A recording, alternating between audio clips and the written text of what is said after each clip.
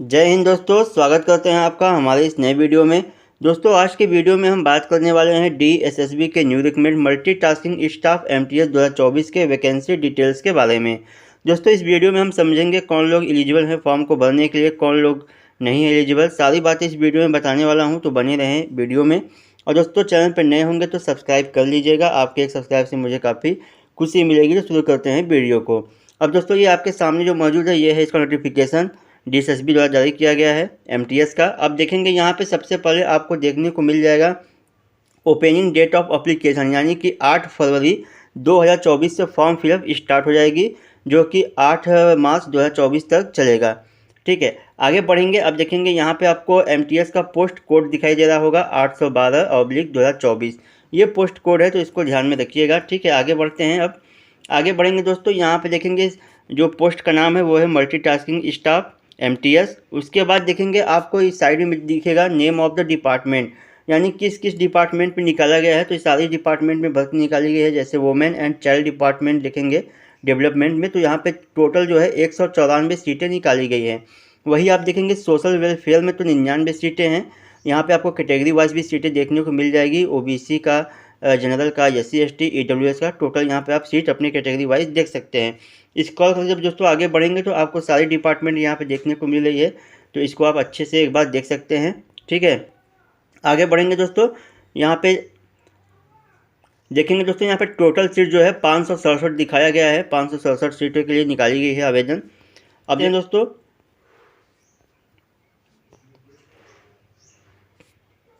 अब दोस्तों जैसे ही आप आगे बढ़ेंगे यहाँ देखेंगे आपको डिटेल्स में यहाँ पे देखने को मिलेगा, जैसे कि सबसे ऊपर देखेंगे मल्टीटास्किंग स्टाफ MTS लिखा गया है।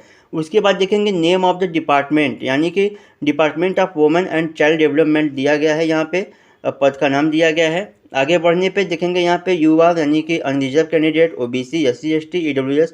टोटल यहाँ पे सीटें दी गई हैं। उसके बाद देखेंगे आपको स्क्रॉल करेंगे तो इसेंशियल क्वालिफिकेशन आपको दिख जाएगा। एजुकेशन क्वालिफिकेशन में यहाँ पे दिया गया है मैट्रिकुलेशन या तो इसके समकक्ष, यानी कि आपका हाई स्कूल पास होना चाहिए।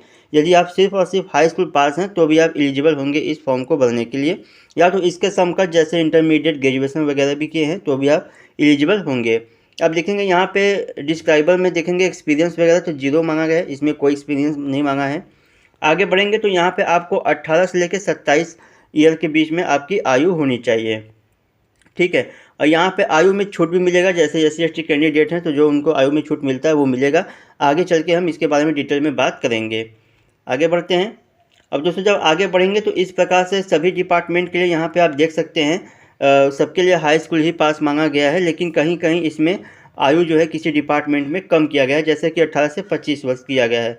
तो अपने अकॉर्डिंग आप यहाँ पे एक बार इसको सारा डिपार्टमेंट को पढ़ सकते हैं। स्क्रॉल करके आगे चलते हैं। अब दोस्तों देखिए, जैसे कि आप आगे बढ़ेंगे तो यहाँ पे डायरेक्टर ऑफ ऑडिट जो विभाग है वहाँ पे जो MTS का पोस्ट निकाला गया है, वहाँ पे देखिए आयु यहाँ पे दिया गया है बिटवीन 18 से 25 ईयर यहाँ पे दिया गया है। 18 से 25 ईयर इस डिपार्टमेंट के लिए मांगा गया है, यानी कि किसी किसी डिपार्टमेंट में 18 से 25 वर्ष मांगा है, किसी किसी में 18 से 27 वर्ष। उसके बाद देखेंगे आपका पे स्केल दिखा रहा है 18,000 रुपये से आपका स्टार्टिंग है सैलरी। उसके बाद 56,900 तक जाएगा, पे लेवल 1 का है। ग्रुप C की नौकरी है, नॉन गेजेटेड है, नॉन मिनिस्टीरियल है।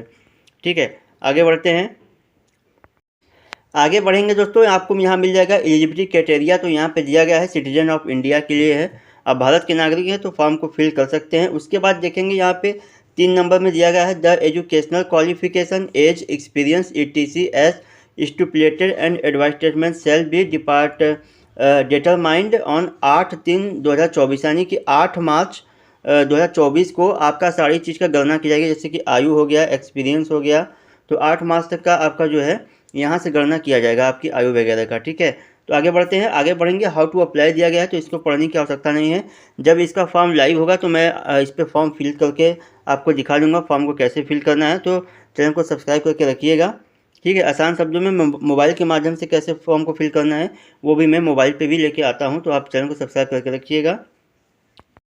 आप देखेंगे यहाँ पे दिया गया है 3 नंबर पे application fees and mode of payment, यानी कि एप्लीकेशन जो फीस है आपका 100 रुपये यहाँ पे एप्लीकेशन फीस है। जैसे कि women candidate and candidate belong to SC caste schedule tribe, यहाँ पे PWBD दिव्यांग कैंडिडेट, एक्स सर्विसमैन कैटेगरी और exempted from the paying application fees, यानी कि इनको फीस नहीं भरना है, इनका फीस 0 पैसे है, ठीक है। लेकिन ओबीसी या जनरल का फीस यहाँ पे 100 रुपये लगने वाला है, और ईडब्ल्यूएस का।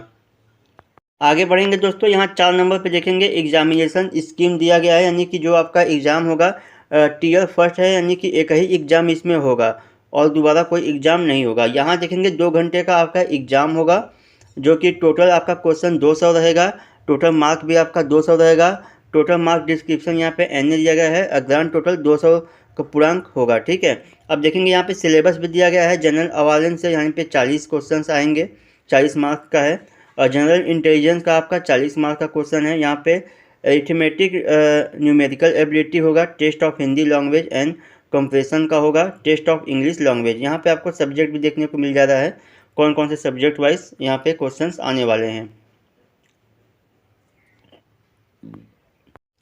अब दोस्तों जब आप आगे बढ़ेंगे तो देखिए यहाँ पे दिया गया है पोस्ट प्रेफरेंस। तो यहाँ पे प्रेफरेंस आपको देना पड़ेगा जब आप अप्लाई करेंगे। तो मैं जब वीडियो लेके आऊँगा फॉर्म फिलअप का, तो उसमें आपको देखने को मिल जाएगा, ठीक है। आगे बढ़ते हैं, मोड ऑफ सिलेक्शन दिया देखेंगे। मोड ऑफ सिलेक्शन में दिया गया है marks scored by candidate in the computer based examination, यानी कि आपका सीबीटी टेस्ट होगा। उसके बाद जो आपका नंबर आएगा वो आपका नॉर्मलाइजेशन के अनुसार आपका मेरिट लिस्ट जारी किया जाएगा। उस प्रकार से जो है आपका मोड ऑफ सिलेक्शन में पास होते हैं आप, तो आपको अगले चरण के लिए बुलाया जाएगा।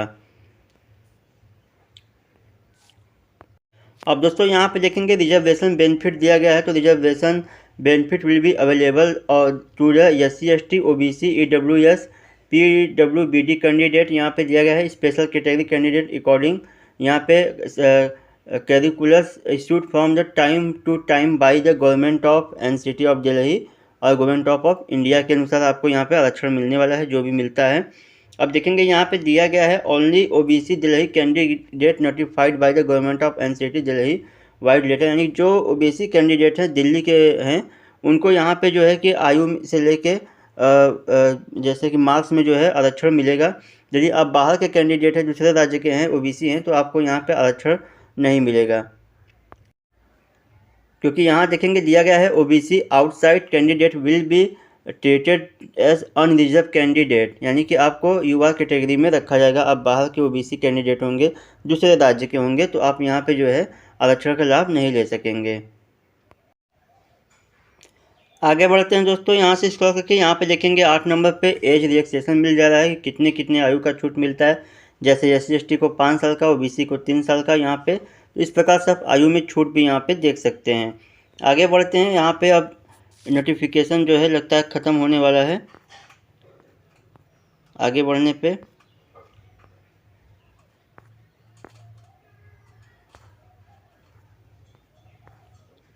यहाँ से दोस्तों नोटिफिकेशन ख़त्म हो चुका है आपका। जो भी बातें थी मैंने आपको वीडियो के माध्यम से बताया। यदि कोई कुछ कमी रह गई है, कुछ पूछना हो, तो आप कमेंट कर सकते हैं, उसका मैं कमेंट में रिप्लाई कर दूंगा। यहाँ देखेंगे ये सब दिया गया है प्रारूप कि सर्टिफिकेट का प्रारूप कैसा रहेगा, वो सारी चीज़ें आपको यहाँ पे देखने को मिल जाएगा। तो आशा करूँगा दोस्तों वीडियो समझ में आई होगी, तो लाइक ज़रूर कर दीजिएगा, साथ में सब्सक्राइब कीजिएगा और अपने ज़रूरतमंद दोस्तों में शेयर भी कीजिएगा। तो मिलते हैं किसी नेक्स्ट वीडियो में, तब तक के लिए जय हिंद। बाय दोस्तों, थैंक यू फॉर वॉचिंग।